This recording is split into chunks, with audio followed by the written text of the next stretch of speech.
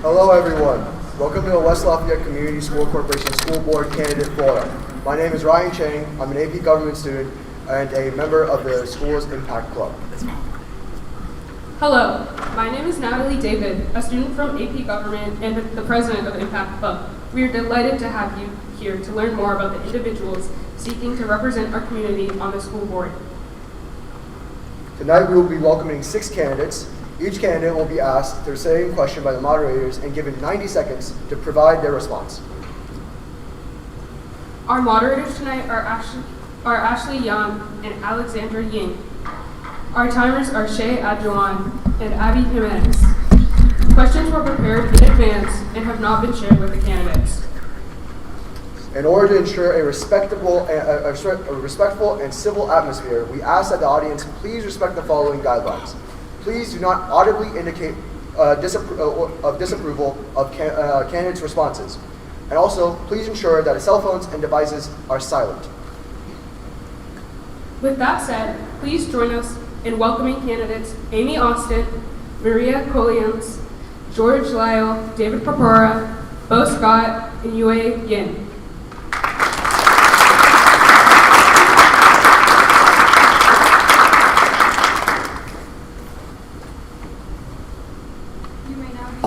You may now begin with your opening statement. Mr. Bo Scott, you will begin the opening statements.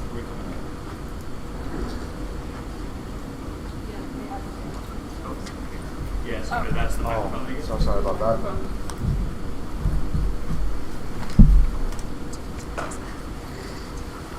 Well, thank you guys for being here tonight. Thank you students, teachers for having us this evening. I really appreciate the opportunity to be up here in front of you. My name is Bo Scott. I am an educator. I'm a former classroom teacher. Taught many years of many amazing students. In 2018, I won the Lilly Endowment Creativity Fellowship for the state here. And in 2015, a couple years before that, I was the proud recipient of the Golden Apple Award for teaching excellence here in the greater Lafayette area.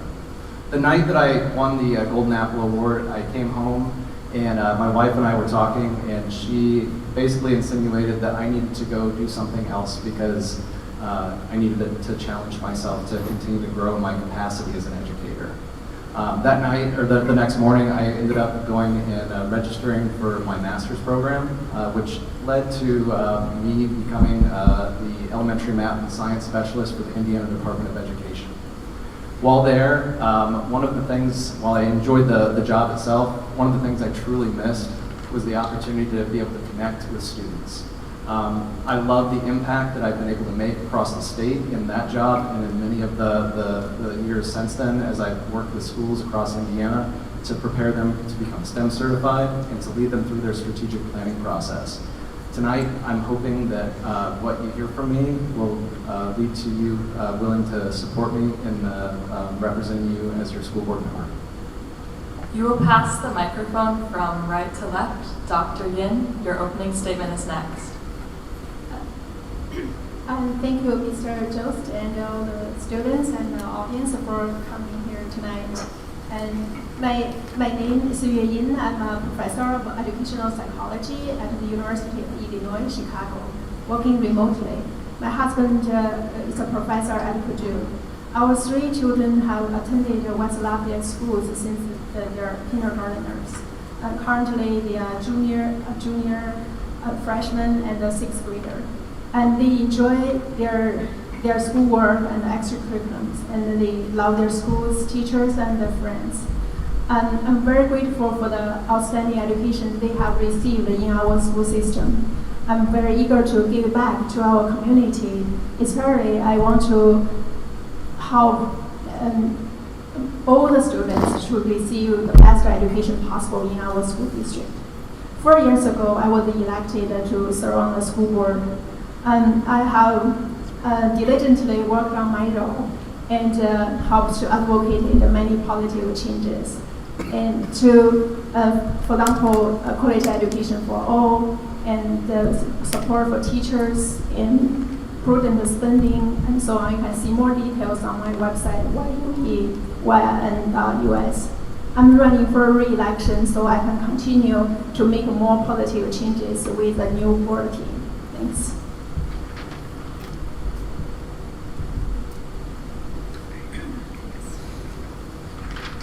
Good evening. Thanks for being here. I'm Amy Austin, and I'm the current school board president, the former school board secretary.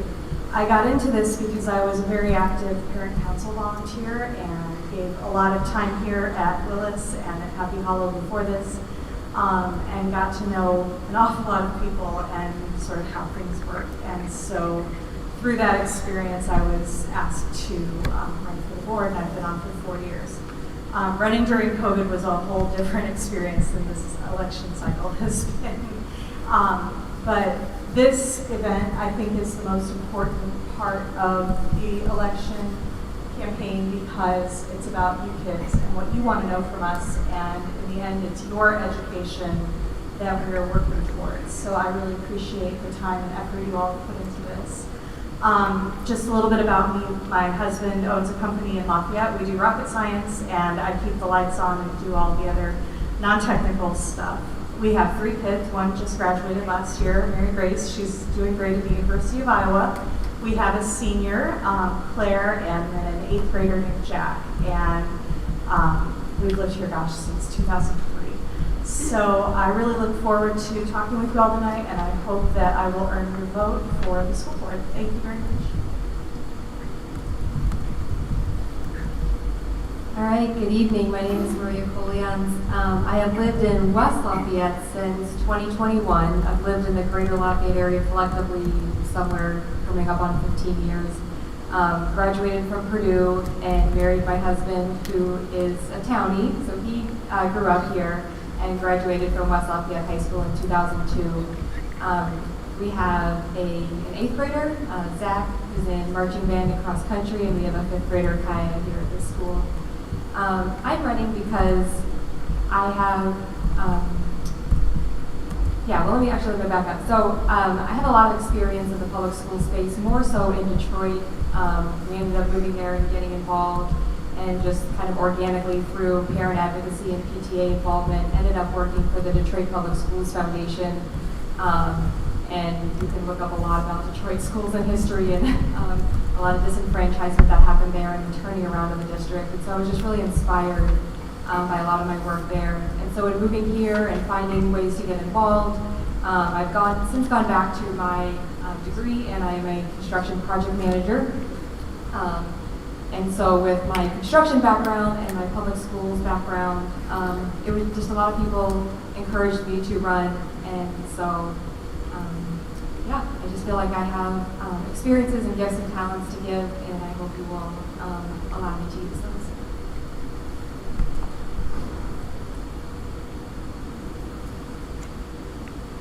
Well, first of all, I want to thank the Intermediate School for hosting us, the AP Government students for putting this event on, and for all of you in the audience, thank you for coming, and welcome to another absolutely exciting campaign season. I'm George Lyle, and I would love to have your vote to join the West Side School. I have a lot of different skills that I think would be useful to the board and to the community. My resume says that I'm an IT security worker, a licensed lawyer, and a former journalist. But beyond my CE qualifications, I have a lot of experience in listening. I try to listen more than I talk, which I understand is slightly ironic to say in a New York State. All of my professional and volunteer experience has been an exercise in building bridges. To build a bridge between two people or two groups, you have to hear what each side is saying, and then try to help them meet in the middle. That's what I'd like to do in school. I would love to help build bridges and get people to meet in the middle.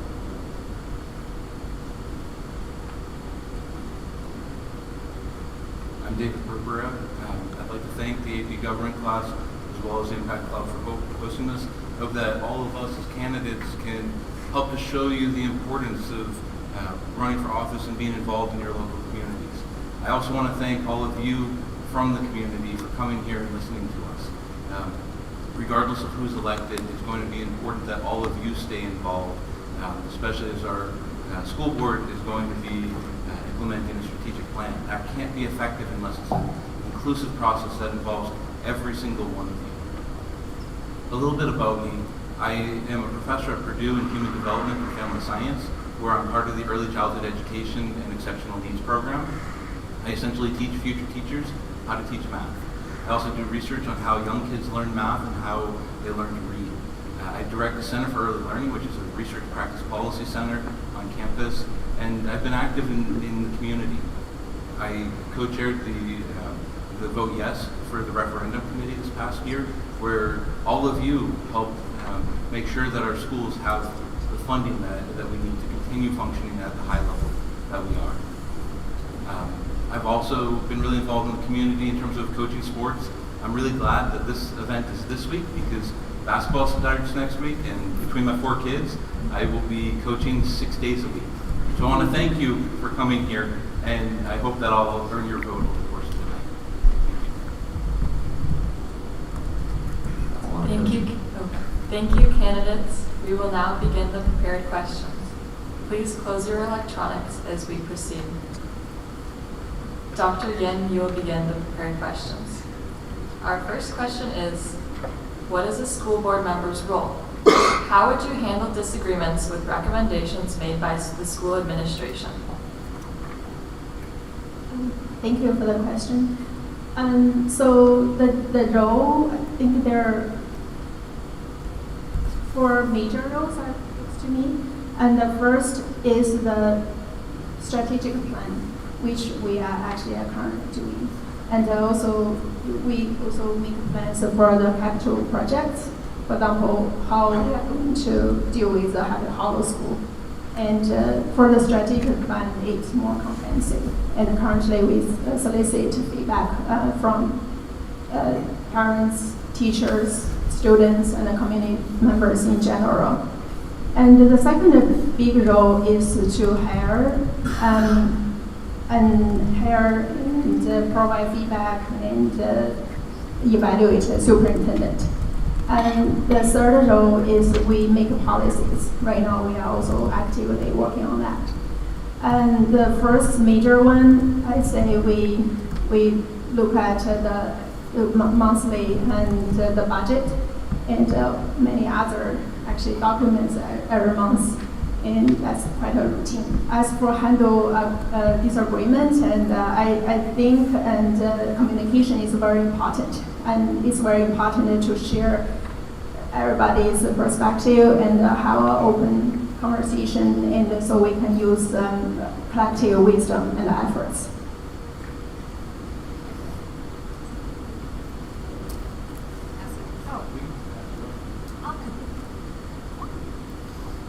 Dr. Yin explained what we do, and so I'll talk a little bit more about handling disagreements. In the year that I've been the president of the board, I don't think Dr. Greiner and I have disagreed. We challenge each other, and we talk through various solutions together and how to do things the best way. But since we both agree that we're here to work for your best interests as students, there really isn't a whole lot to disagree on. The static comes when people disagree on how. And so we work very well together and are able to collaborate and put our heads together to find the best solutions for you kids and the community as a whole. In general, with disagreement, I feel like it's important to listen and to hear people's point of view, because when you have 7 people, we're all coming to situations with different experiences. And so my experience isn't any more valuable or valid than anyone else's. So it's important to understand why we disagree and then go from there.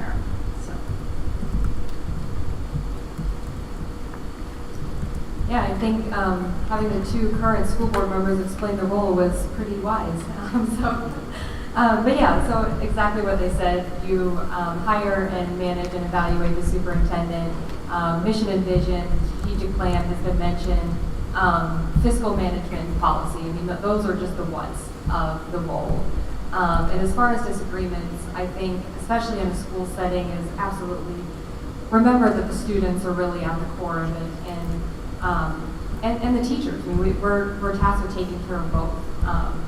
And in any disagreement, I think you need to make sure you're showing respect, that you're listening, that you're trying to come to a common ground. I mean, sometimes the options on the table may be which one is the better of the bad option. You know, if we're going to be faced with budget crises in a state that continually seems to be defunding public education, sometimes we're going to have to make a decision where it feels like maybe neither is the winner. And so how do you decide which program gets cut or which thing you have to do? I mean, sometimes we're just going to have to make tough decisions and there will be disagreements. But I think trying to work together, finding the best possible solution, trying to get some out-of-the-box thinkers, think about ways that we can be creative or bring in other people. But at the end of the day, you've got to keep your common goal in mind, make sure you're listening and that you maintain respect.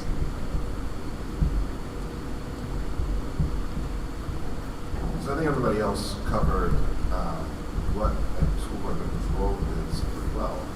They hire the CEO or the superintendent. They help allocate the resources to pay for things, and they set the vision of the board and the school district going forward, both in the short term and the long term. But I think one thing that's important to remember about this process is that even though we are all up here as candidates, we're not running against each other in the normal sense. This is not a partisan or an adversarial process. And nor is it a partisan or adversarial process when you're serving as a board member. The 7 board members may disagree on things, they may disagree on how best to achieve the goal. But unlike, say, in Congress, the goal for all 7 school board members should be the same.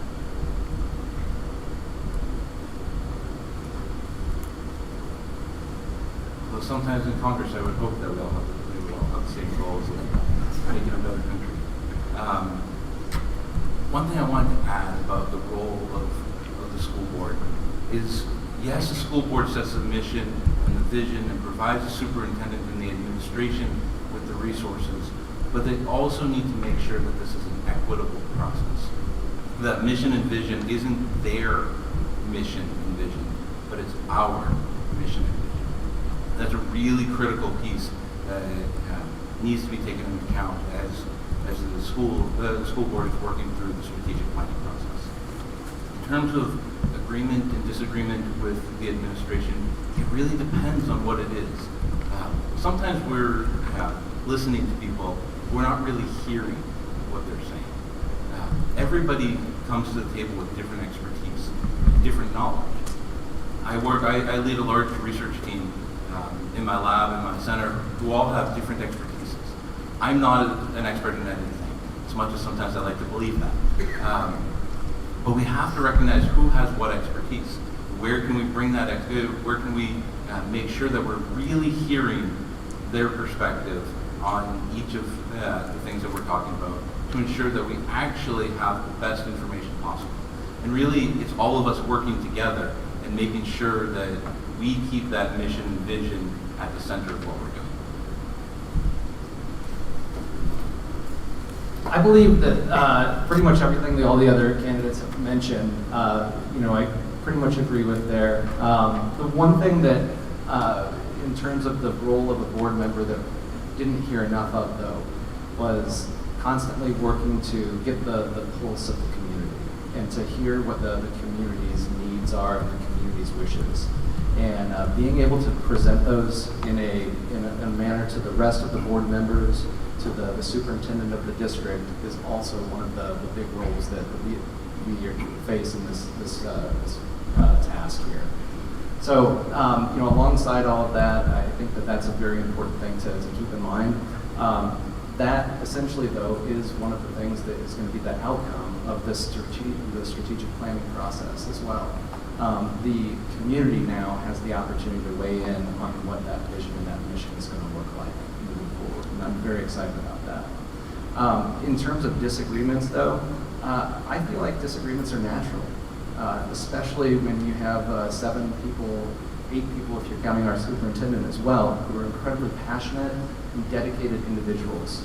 One of the things that I complimented Dr. Greiner on actually this year was the way that he stood up and advocated for his hires that he's made throughout his tenure here in West Lafayette. That was a very passionate and convicted speech that he made during that time, and I thought that really demonstrated his leadership. So that's it there. Please pass the microphone back. Mrs. Amy Austin will begin our next question. Question 2. How would you assess the financial health of the school corporation? And as a board member, what would be your priorities in this area moving forward? The financial health of the school corporation is great. Our CFO is amazing at her job, and we're doing just fine. We just voted to issue GO bonds to do some of the maintenance projects that I'm sure you kids are all very familiar with, like the basement of the school where the locker rooms are. Those need some attention. All of the really, exciting things like lighting and roofing and things of that nature. As far as our future priorities go, what we try to keep in the front of our minds is what is going to have the greatest impact on students and on your education. Safety certainly is a huge factor, and we've made a lot of improvements in safety in the last construction round.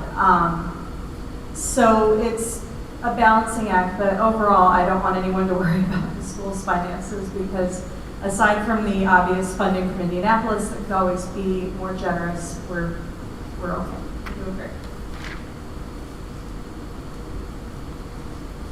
Yeah, so I think Amy hit it right on the head. We are very fortunate to have Mrs. Michelle Cronk as our CFO. She is a teacher of what she does to others in the state. So her expertise here is just a huge blessing in understanding and untangling the nuance of public education funding. Priorities, I think continuing to keep a pulse on what's going on in Indianapolis and advocating for what we need is huge. Especially as a district like ours that is well known in the state. We carry some weight in what we say, so advocating for what we need is going to be big. Amy also mentioned the general obligation bonding that will go towards capital projects, and so since construction is my expertise there, some of us do get excited about moving. No, but I think looking at that, looking at the list of things that need to happen and need to accomplish with a limited budget, and helping to kind of prioritize that based on construction needs, what can we kind of hold off, what needs to be fixed now, what would be a larger expense in the future if we didn't fix it now. So that's something that I'm interested in that process and able to lend a hand in with my project management experience on that. And with my last few seconds, I'll say just priorities, just making sure our kids and our students have what they need, and just continue to fight for better funding so that we can pay our teachers what they deserve.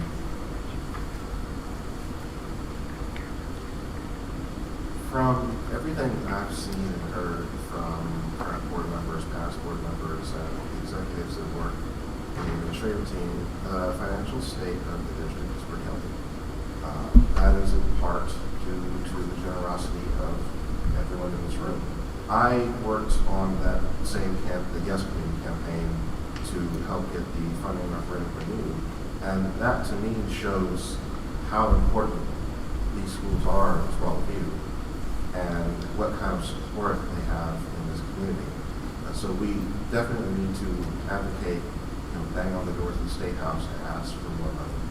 We definitely need to explore grants from agencies throughout the country that offer tranches of money to accomplish projects for public education.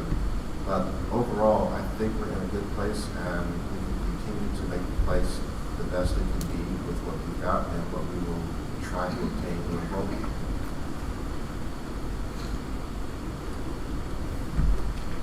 Given the context of being in Indiana, our financial health as a district is fine for now. There's a lot that's coming down the road from the state, siphoning money from charter schools, and other things like that that will potentially affect the financial health of our district and all the other districts. I grew up in a town very similar to West Lafayette. It was Boston suburb. When the recent niche rankings came out that showed that we're the top ranked school district in Indiana, I went and looked back at my high school. They spend nearly twice as much per student as we do. Sometimes, even though we may have good financial health relative to where we are in Indiana, being the fastest turtle isn't necessarily enough. We need to think about how can we look to the long-term stability of our schools. The school board should also be advocating to the state for what's going to be best for the schools. And our schools are really the foundation of long-term success of our state. If we can't invest in that in the ways that we need to, it's going to be a challenge for all of us. And as for priorities, I don't think that my priorities matter. I think it's our priorities. I have different experiences here than others, and we need to be able to listen, work through the strategic planning process to make sure that the most important priorities to all of the community are what's focused on. During the 2007-2008 school year, the state ended up restructuring the way that they fund schools. So essentially what ended up occurring during that year is the money that would originally come from our property taxes and would fund our schools in our local areas now gets first pushed down to Indianapolis and then gets distributed across the state in an equitable model to the rest of the districts in Indiana. So what that ended up leading to is the need for us here in West Lafayette to hold a referendum in the first place, because as of last year at least, we were the second lowest funded per student school district in the state of Indiana. So this does take some creativity then on the part of the school board to come up with certain ideas on different ways that we can make up some of those funds while still being good stewards of the funds that are being provided through the referendum.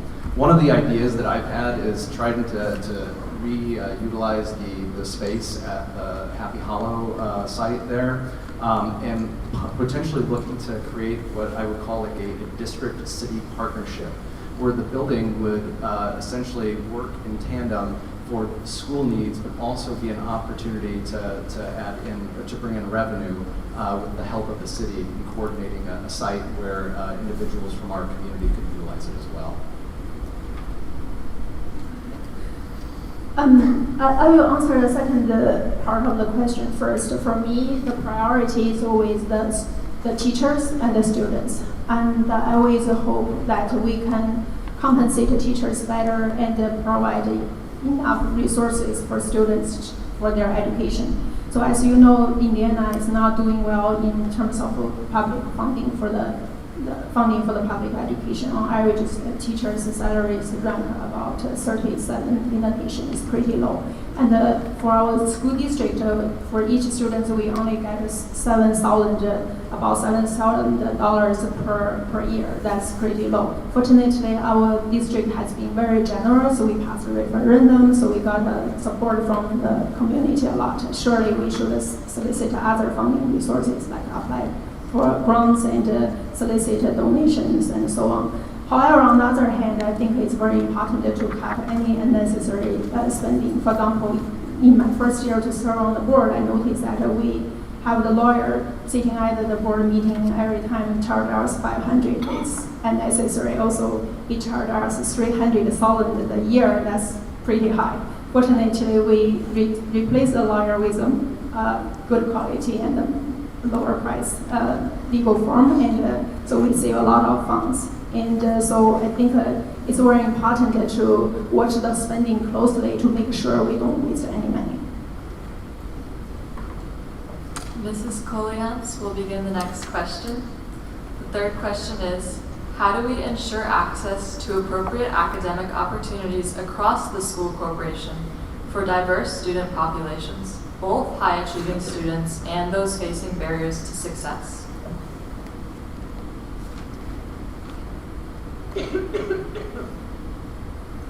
All right. think we are very fortunate to be really close to a world-class university. So I think drawing on people there, whether it's just like the expertise of the professors or opportunities or the STEM classes and things that they do. I mean, I know a lot of Purdue students will do stuff in our younger classes, or like in this school and younger. So I think really, working on our partnerships there.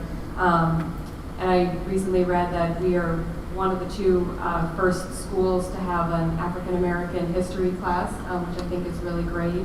And so I think just constantly staying on top of what our opportunities are available, building on our resources, and listening to our students. What type of educational opportunities do you want? Where do you feel like things are lacking? And our teachers as well. They're the experts in the field, and so I think they're probably going to have some of the best ideas as the things that we should do. Listening to the community, and just constantly evaluating what curriculums we're using. Are they up to date? Are they, employing some of the best methods and means to make sure that our students are getting every opportunity that they can.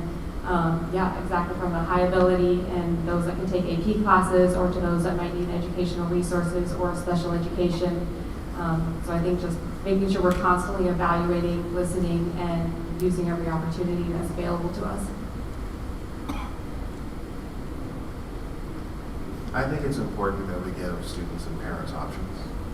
So, of course, giving options to what we call the high achievers, taking specialized courses, taking college preparatory courses, but then also opportunities for people whose futures may not lie in the halls of Purdue or some other Big Ten college.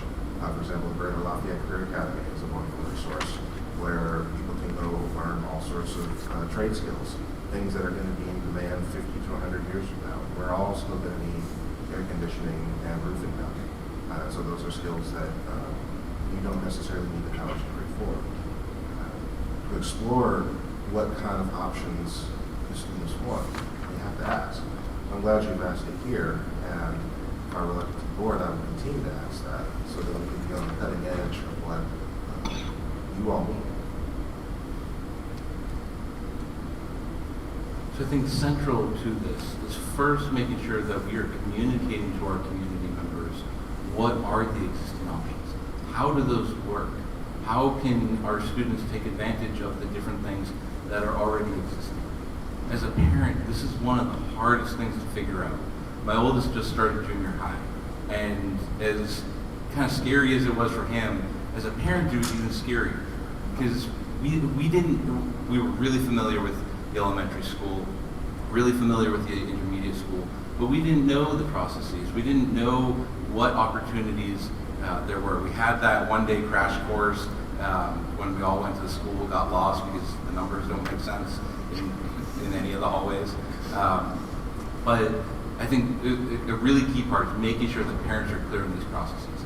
We have a high ability program now across the schools, but how do students get into that program? What are the processes for doing that?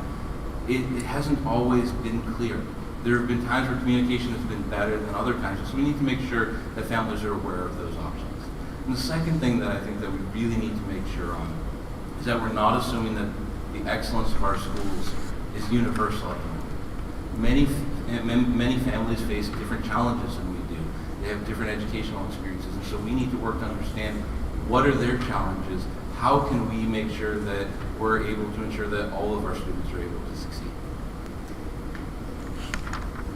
My last 6 years in the classroom, I was a high ability teacher at Dayton Elementary here in Lafayette. And I had an interesting interaction with a student. He was about a week and a half away from being moved out of his general education 4th grade classroom into the emotionally disabled room that Dayton housed. I knew this place was probably not the best fit for him. His teacher sent him over to me one day, and he'd done some exceptional work on one of his math assignments. And I looked at it, and I looked at him, and I said, "You're coming to me for math from now on." And he just kind of glared up at me, and he's like, "Are you serious?" And I said, "Yeah." He goes, "What about my teacher's classroom?" And I said, "You're in mine now." And I said, "Don't worry, she won't mind." And so the rest of the school year, he was in my classroom that year for math. At the end of the year, I looked at him and I said, "You're in my classroom the entire day next school year." And he goes, "Are you serious?" And I said, "Yep, you're all mine." And his mom had no qualms with it. My principal had no qualms with it. The other teachers didn't have a problem at all. This completely changed the course of this little boy's life. And I got to see him last year, and he is doing very well. He's a junior or senior at Lafayette Jeff now. We need to be advocates for our students at all levels, no matter if they're gifted and talented or not. We need to be working to bring all of them up, and that should be all of our jobs, not just board members' jobs.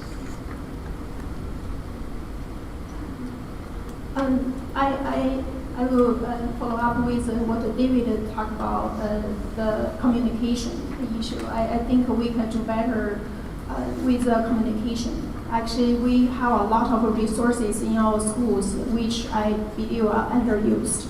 For example, in high school there are so many extracurricular activities, and but I don't think students make a good use of that, either because of schedule issue or awareness issue or whatever. But as far as I know, they can be better used. And another example is I heard from many students in high school that we have honor society, in which many students doing well academically actually are very willing to tutor other students. Unfortunately, most of them don't have any tutee to work with. And on the other hand, we have students who are struggling. Believe it or not, actually, in our high school, even though we rank very high, in the top 3 in the state, if you look at the graduation rate and without waiver, and we only ranked about the percentile-wise is 49 percentile. It's quite mediocre. That means we do have students who are struggling, that we haven't helped them enough. So I think we can better use the resources we have.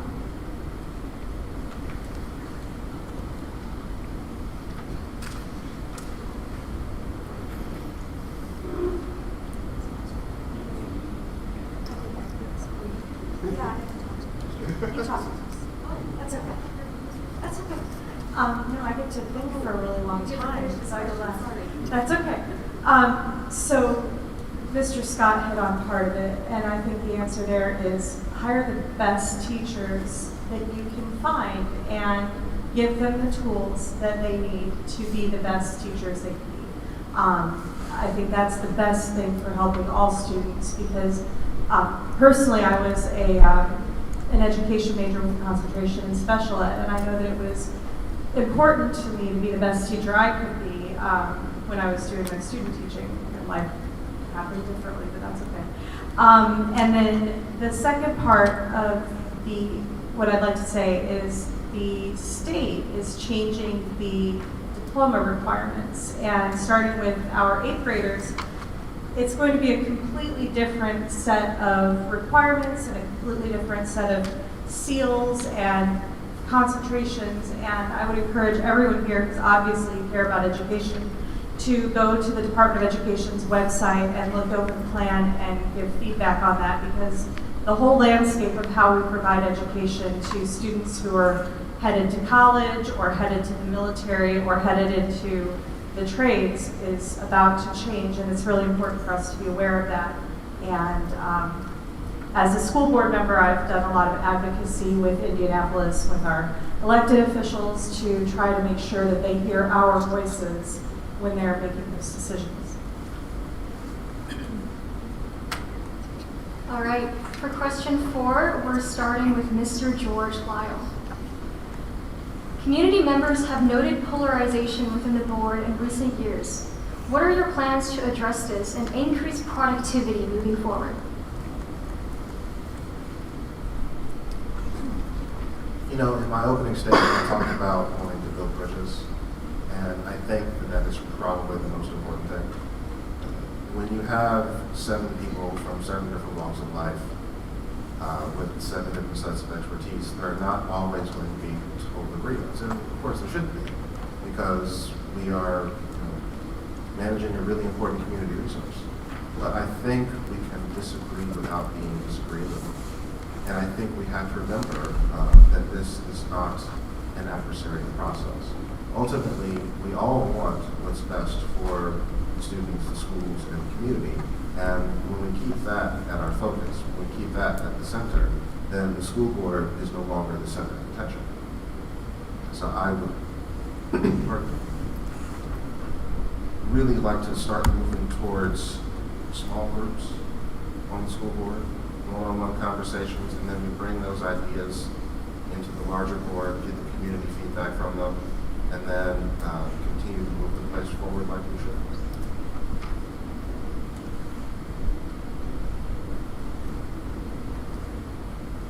I think it's really important that all of the board members, first off, remember, not just the board members, but also the candidates, every single person that's up here on the stage, well, not really stage, but at these tables, everybody that's on the school board, they want to make a difference in our schools. We all have that same ultimate goal. We're not obvious. But we have to learn to work together and communicate with each other. What I said before about not just listening, but really hearing. There are really good ideas that people have shared that aren't being listened to. We need to talk through that. We need to see each other as people in our community, as neighbors, as people who want the best for our schools. So I think one of the things that's going to need to happen is that the school board is going to need to really sit down and honestly get to know each other. I mean, some people may know each other loosely from different things, but really get to share our goals, our visions, and who we are together. Because when you understand somebody and their motivations, their desires, what they want to see with the school board, it becomes a lot easier to work together and to see where you have shared commonality and to really try working together to set a common vision for our schools. I was talking with one of our teachers last week, and she brought up the fact that it would be lovely if we could take the spotlight off of the school board and put it back on our teachers and our students where it really belongs. And I would love to see if we as board members can be more mindful of that, because essentially we are up here trying our best to convince you why we would be good board members, but really what we need to be doing is we need to be putting the focus on our students throughout this process.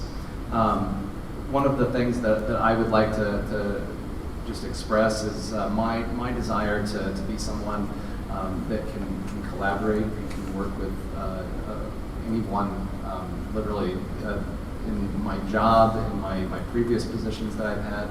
I feel that's been one of my strengths throughout my entire life, is being able to sit down and see the good in other people and to value what they have in expertise and also ideas to bring to the table as well. All of the thoughts that George and David have mentioned so far, phenomenal. I respect them as colleagues already, as individuals, and that's what we need to work towards is creating the air of respect for one another on the board.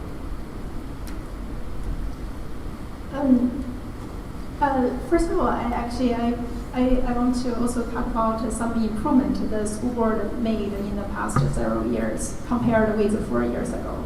And if you compare the current meeting with the previous one, you will see that the current one is more transparent, more informative, and we solicit the public input.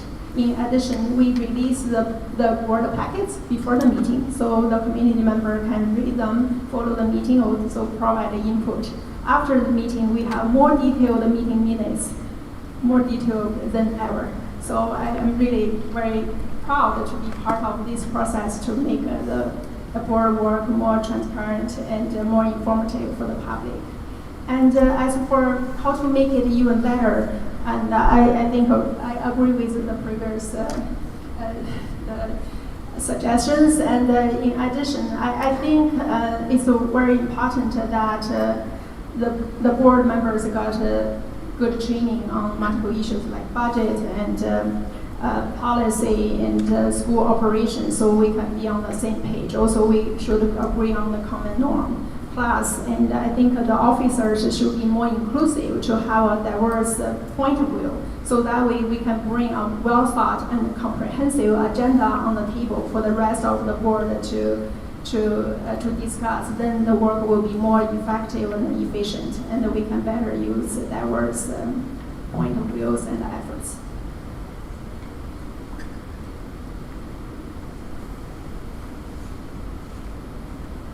Well, as the president of the board, this one kind of lands in my lap, doesn't it? So I want to share what I've done to try to smooth the road a little bit.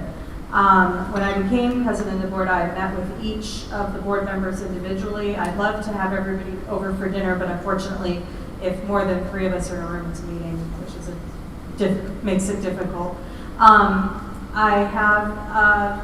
We have a text thread where I send jokes, like my dog ate one of the policies, and I sent it to everybody and said, well, here's what the beagle thinks.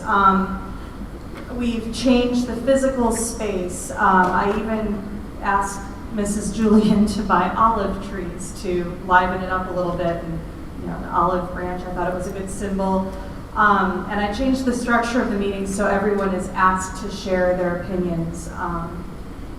I think our fundamental difference is that we have a huge disagreement about what belongs online and how many of our innermost thoughts are worth sharing with the public, and whether or not that's a good thing for the students and the teachers. And my opinion is the public doesn't need to know our inner disagreements, and that centers the board in a way that's unhealthy.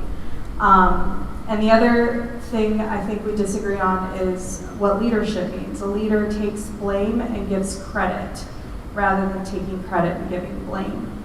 And so if we could work those things out, I think we could move forward in a much better way. And I think a lot of the people up here are ready to do that with me. Yeah, so I kind of like going last versus first. A lot of really great things that have been said so far.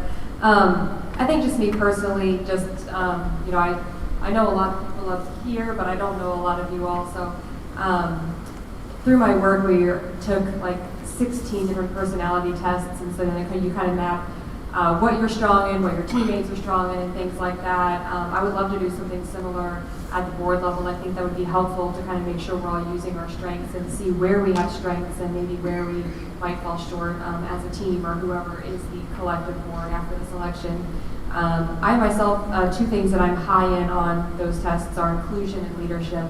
And so I'm usually able to kind of listen to both sides and kind of see where the other one's coming from, and then obviously we'll have to land somewhere, hopefully in the middle. And the other thing is, I think like when I observe how things were done in Detroit and then kind of match it with how things are done here, obviously 2 completely different school systems. But in Detroit, there were a lot of committees, and so that's kind of been something I've been thinking of, and how maybe the board could use different committees. That's where a lot of the less formal chatter can kind of come out, and you don't have to maintain that formality that you do in the board, which then might help the board meetings go a little bit quicker with a little less dialogue. Not that I want to take the dialogue away, but just different things that might bring some efficiency. Dr. Purpura will begin the next question. Last school year, there were 2 substantial threats to the junior-senior high. As a board member, what would you do to promote safety? Promoting safety is a really complex issue that involves a multi-pronged approach. There are things that are outside of the control of the schools and the school board because of more societal factors, but there are a number of things that we can do within our schools. I think one of the most important is focusing on student mental health. Over the last 5 to 10 years, challenges that students have had with mental health have continued to increase. Our schools have begun to address that by working to hire school mental health counselors and other opportunities like that. But we need to continue to see what are the specific needs of our students. How can we maximize our resources to ensure that our students are being able to be successful? we also need to make sure that we're really understanding where are the structural barriers in our schools that are putting additional undue pressures on our students, and how can we work to make sure that our students have equitable access to these resources. We also need to make sure that we're working to improve school climate, focus on bullying, how can we address bullying challenges across all school levels, really ensure that our students are getting the social emotional learning that they need across from the early years all up through. I kind of live in this idealistic utopian universe in my own head, where I still view all of the school buildings, or I wish all of the school buildings across our country or our state here could be utilized as like open community spaces where it's literally the heartbeat of the community. I understand that that's not the world that we live in any longer, but I also really truly appreciate when I drive to either the elementary or the intermediate building in the mornings, and we have our SROs outside of the buildings greeting our students, not looking like a threat to our students, making them feel like this is a prison that they're walking into. It still feels like that community building that I dream about. When I was doing my master's work, one of the things that I conducted was a school safety review, and one of the pieces of information that I found that was very interesting was there hasn't been a single death in a fire in a school building since the 1950s. However, each year we lose more and more lives to school shootings, unfortunately. So one of the things that I would really like to explore a little bit more is carrying out the same types of monthly trainings for teachers and students, and preparing them for things like that they do for fire drills. First of all, I think that we should build an inclusive, welcome, and environment for all the students. And many times when we read the report for those school shooting, we found many of them are kind of the wrong person, or who are either bullied or who are bullied. And so I feel many of those incidents, those tragedies actually are preventable if people take a proactive action and help them, and so those could have been stopped. Unfortunately, it happens. So that means we should kind of similar to what was addressed previously, for example, the bullying issue, mental health issue, and we really needed to take a proactive action. Not only waiting for students to report. Sometimes we needed to do active education for students, parents, and so involve the whole community and to address this issue in a comprehensive way. And also for the gun safety, I think we needed to provide education to students and family. Also, we needed to work with the law enforcement regarding the gun safety in the whole community. And I really think this will take the whole community to address this issue from multiple perspectives.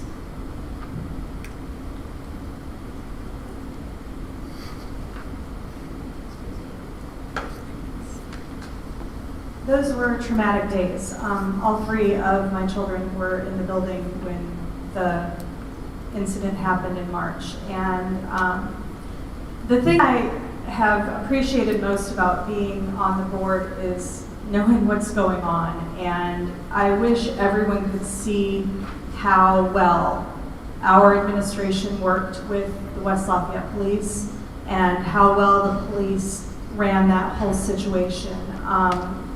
It was the culmination of a partnership that's been built over many, many years, including our SROs, which we have in every building.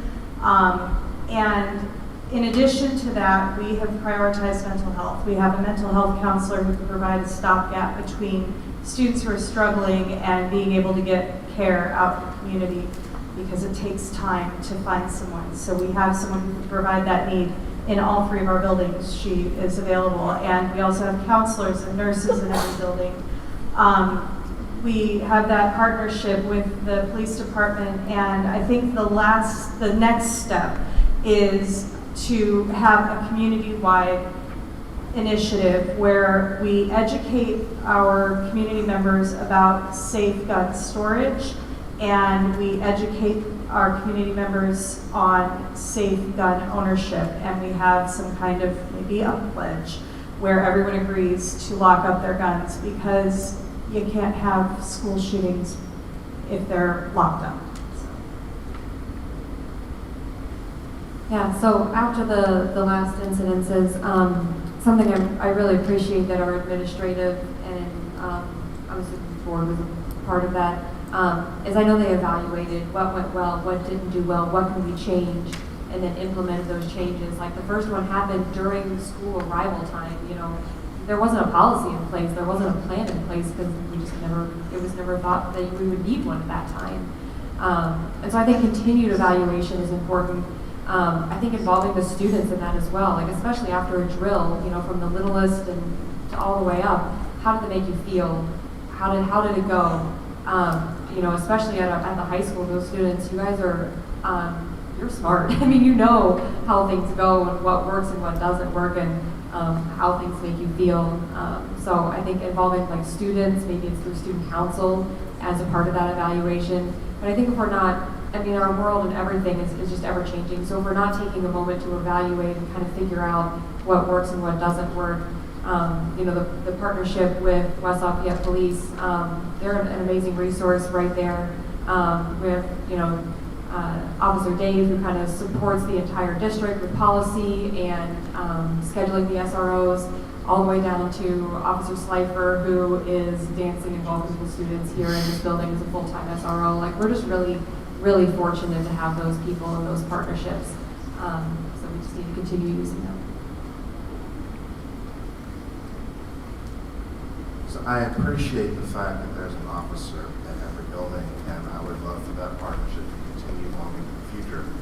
I also appreciate the physical security that I've seen, particularly at the elementary school, where they've somehow managed to find the balance between it being a welcoming place and a secure place. Because even when you go in for an event with your child, you still have to check into the office and you're still escorting them. I think those are proper procedures.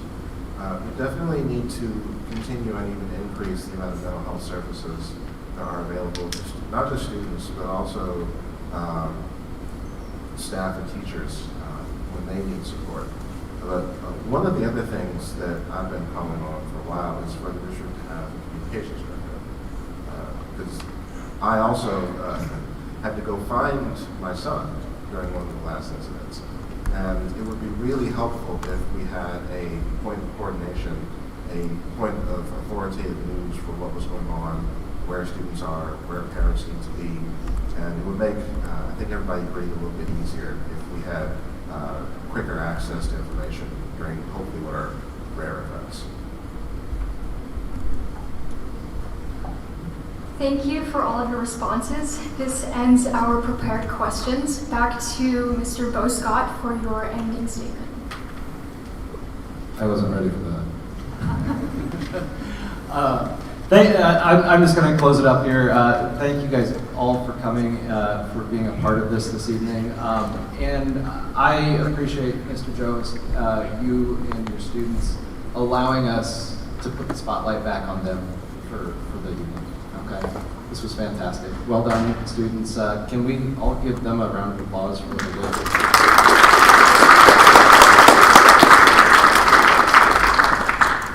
I would also like to thank you all for organizing this, and thank all the participants to come here tonight. And I believe that actions speaks louder than voices, and I also believe that all the elected officials should be held accountable by the voters. So in my case, I have served on the board for nearly 4 years, so you have data to evaluate me, not only what I say, but also what I have done. So I will encourage you to look at my working reports that I put on my website, yueyn.us. and then make informed decisions whether you want to support me this time. And I would also like to thank all the community members, in teachers, administrators, and students who helped to make a lot of positive changes in the past 4 years. And I keep growth mindset and strive for excellence for everything I do. So I welcome your feedback. And I will bring to the board my passion for public education, my expertise in educational research, and my experience as a board member. I look for, if elected, I look forward to making more positive changes with the new board team. Thank you very much.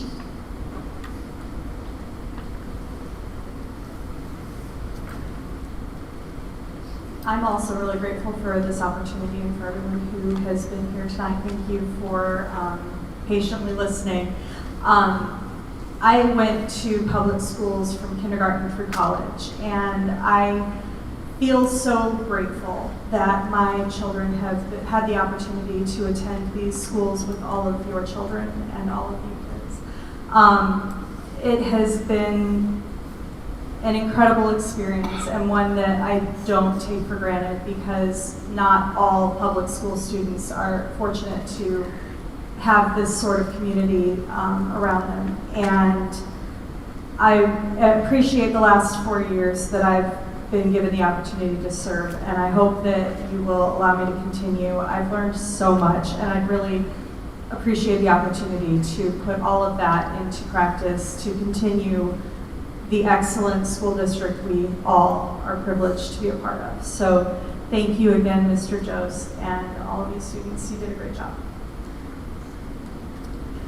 Yeah, thank you so much for this opportunity, to the students and Mr. Jost, and to all of you for coming and listening to what were hopefully some coherent thoughts. It can be a little stressful up here, and as soon as I would pass the mic, I would think of something else that I wish I would have said or whatever. So if you have any questions, I know I feel pretty confident I can speak for all of us. We would love to talk to you more. We were all approachable. I think I've enjoyed getting to know a lot of the other candidates through this process. We all bring different gifts and talents to the table, and so, and you all have the hard. I guess we all have to vote too, but now it's just kind of figuring out, what the community feels like our board needs. And so, as I said at the beginning, one of the reasons I decided to run was because other people really spoke some truth into me, and it's like, hey, I think you would be good for this, and it took a lot of people saying that for me to finally say yes. But this process is hard, and so kudos to all of you for maintaining grace throughout it. Some of the camaraderie with the other candidates has been some of the high points of this whole election process. So thank you for listening, thank you for coming, and please just ask us any questions you may have.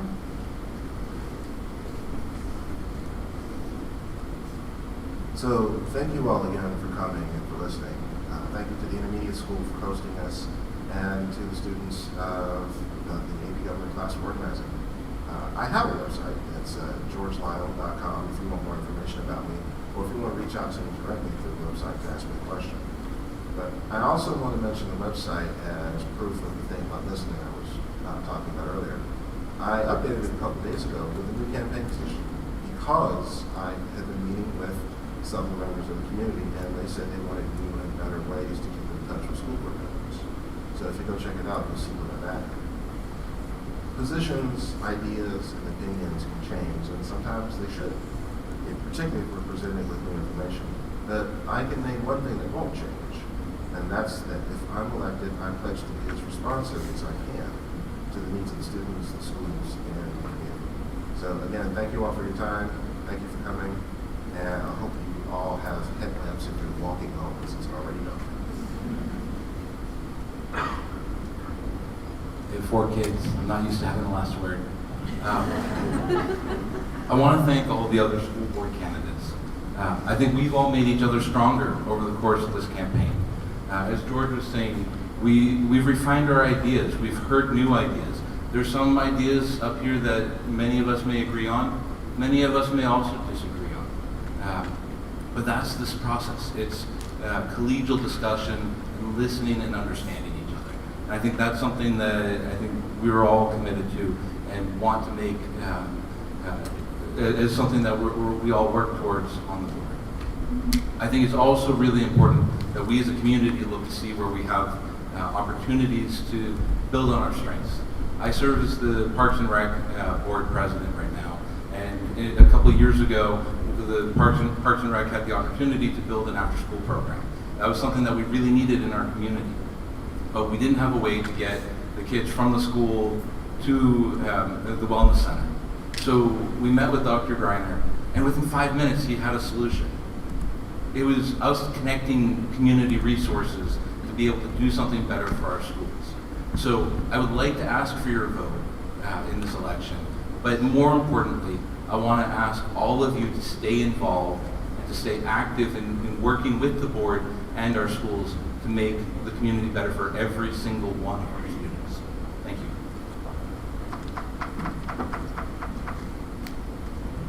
Candidates, thank you for sharing all your thoughts. Audience, thank you for coming here. Our host, Karis Fu, will now speak a few words. Thank you all for being here today and for taking the time to listen to the ideas and visions shared by our candidates tonight. If you are a registered voter of Tippecanoe County, early voting started on October 8th and it continues on through Election Day on November 5th, so make sure to vote. For locations nearest to you, visit indianavoters.com. I want to thank our candidates once again for their participation, as well as all of you for taking part in this important conversation. Thank you, have a great evening, and stay engaged.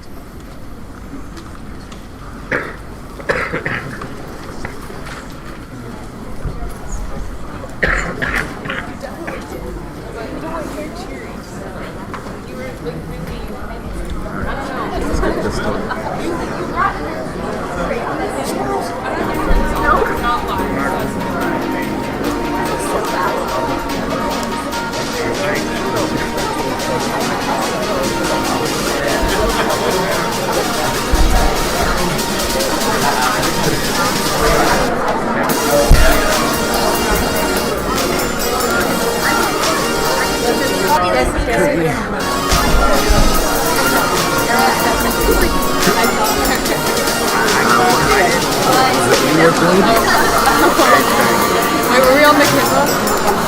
Were we in the middle of the camera? Wait, what? Wait, hold on. No. What?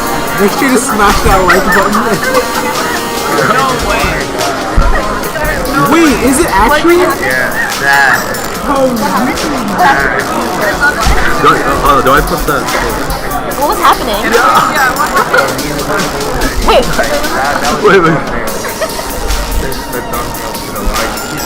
Yeah.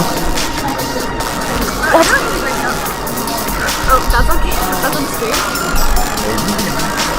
How do you guys feel about that? That was good. Sitting in front of the room with a hundred of trying not to embarrass yourself. Well, thanks for doing it. Run for like 20 seconds out.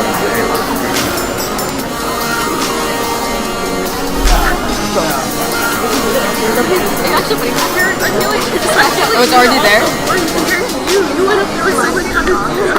No, it's not.